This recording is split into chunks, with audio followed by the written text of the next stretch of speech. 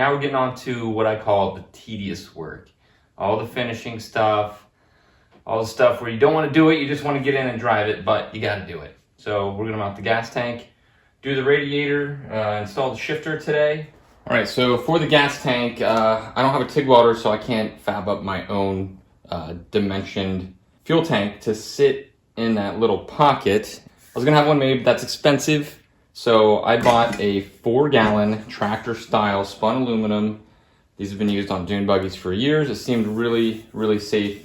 And they're super easy to mount. There's just these clamps that hold it, and you make brackets to put the bolts in. Super, super easy. I bought a petcock for it. This is a carbureted engine. It does have an inline low pressure fuel pump. So it frees you up to just run pretty much anything you want. So we'll get that in, we'll get it installed. This is a 4-gallon tank, which now that I'm looking at it was a mistake. We don't need a 120-mile range with this. I could have gotten away with a smaller package that tucked in there a little more nicely, but this is just bigger than I had hoped. Let's get it in there. All right, so with our AD004 cross member installed, this is no longer easy. But we are making this one race compliant, so it stays. We just got to figure out something else. The easy way around it, just pull your carburetors, intake manifold, whatever, and then this will just slide in from the side. You can replace your manifold once it's in.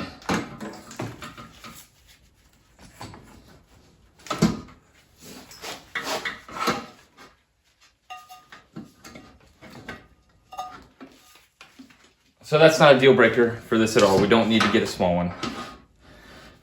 So now we just need to make a couple bars to go across here to get it mounted. This should be really quick and easy.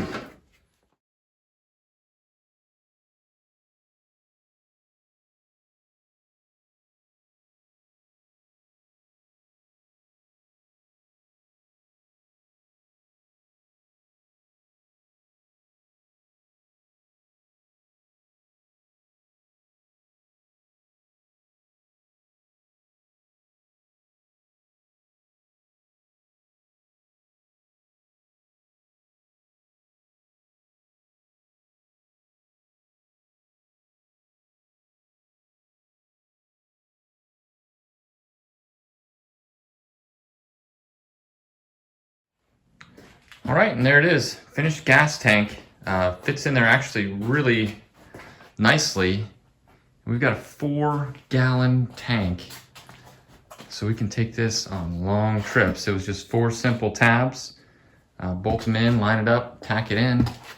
We'll do the final welding with it off of there. And those straps are paintable, so we can paint those to match the chassis when we get this powder coated. All right, so now we're gonna make the torque tube shifter. I try to make this as simple as possible. First of all, you're gonna need the torque tube. I like to use aluminum for all this stuff to make the linkage lightweight, to give the authority back to the spring in the gearbox so that you don't have to run a second spring on your actual shifter. So you need your torque tube. You need some of these. These are like gas shock strut ball end lengths. You need some all thread that matches that.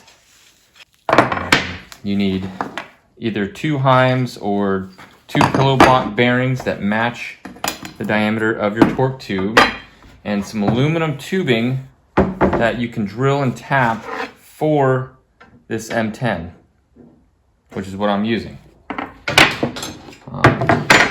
These keepers, you need weldable ones because we're just going to weld tabs to these, and you need 3/4 inch, I use aluminum for the lightweight to keep it from shifting back and forth. This is the original linkage that comes off of the shifter.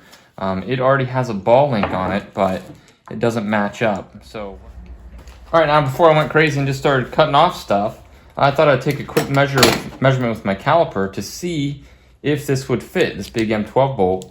And sure enough, there's enough material that I just drilled and tapped this for M12, so we don't have to remanufacture or recreate this linkage. All right, so now we got to figure out where our pass-through is going to be so we can figure out how to mount this. So just take a long piece of something you have, and you can start to see where this is going to run to not interfere with your water pump or your coolant return line. and figure out where you're going to put your heims and where you're going to pass through. Now, we really did well on this exhaust, so there's not even 3/4 of an inch clearance, and it fits perfectly in there. But we can pass through right here, and since we're going to make this removable, we can take this out, put the engine in, and then reinstall it in our final assembly process. And that gives us a lot of options for mounting those heim joints. All right, just made some brackets up using the leftovers from when I redid the rear A-arm attachments. They were already shaped. I just cut them, hogged them out. Now we'll get them fitted up.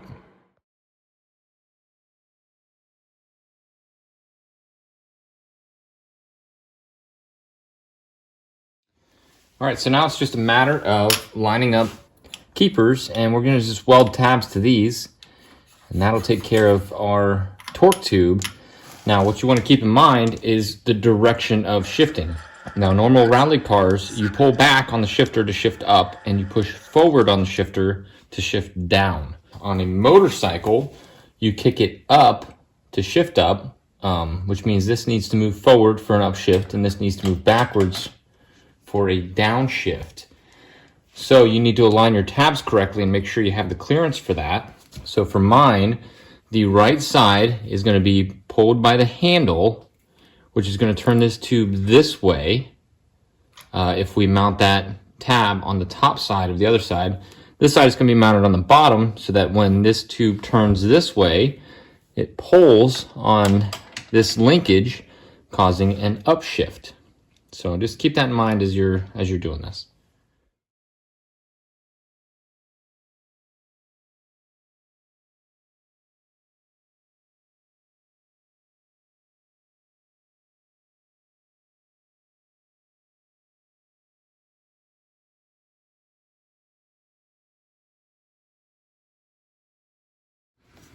All right, the torque tube is installed. So now it's just a matter of getting the position you want. Make sure there's plenty of clearance forward and aft without running into anything. And then you just take a measurement here, but you want to leave a 1/2 inch to 1 inch on either side for threads and adjustment.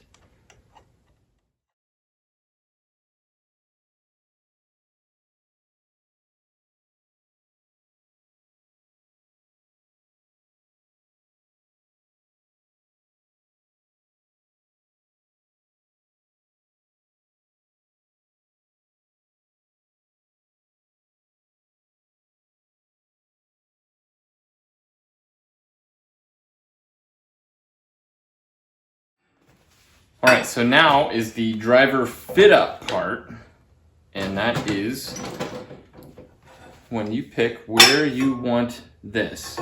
Now, I like to have mine canted forward a bit. Think of a pistol grip. Pistol doesn't run at a 90-degree angle, it runs at the natural curve of your hand. So you figure out where you want it. I like to mount it from this A-pillar right here, but you can use the floor.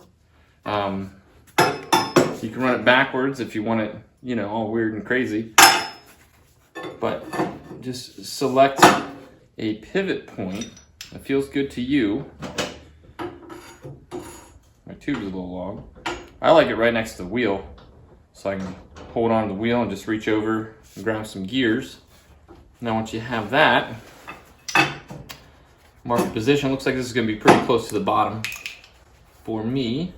And then mark a height for your shifter. Leave it a little long because I'm going to put a bend in mine just to have it angled towards the wheel a little bit because I think it looks cool.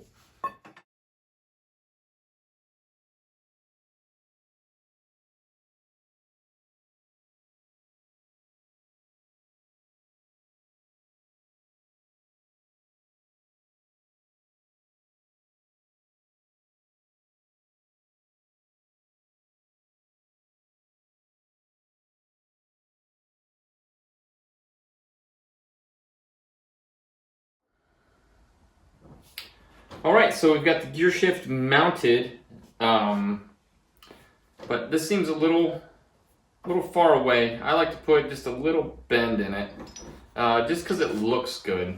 just a big straight piece of tubing doesn't really cut it for me.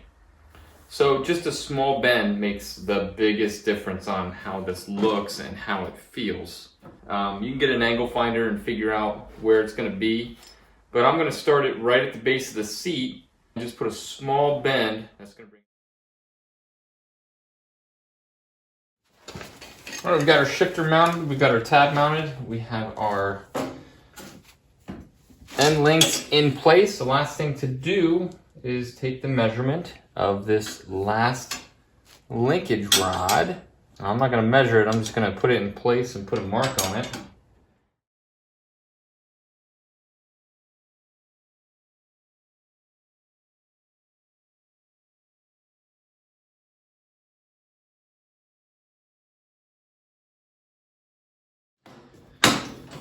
All right, the shifter is done. We've converted it to right hand. It's fully adjustable, which means you can move this stick exactly where you think it should be.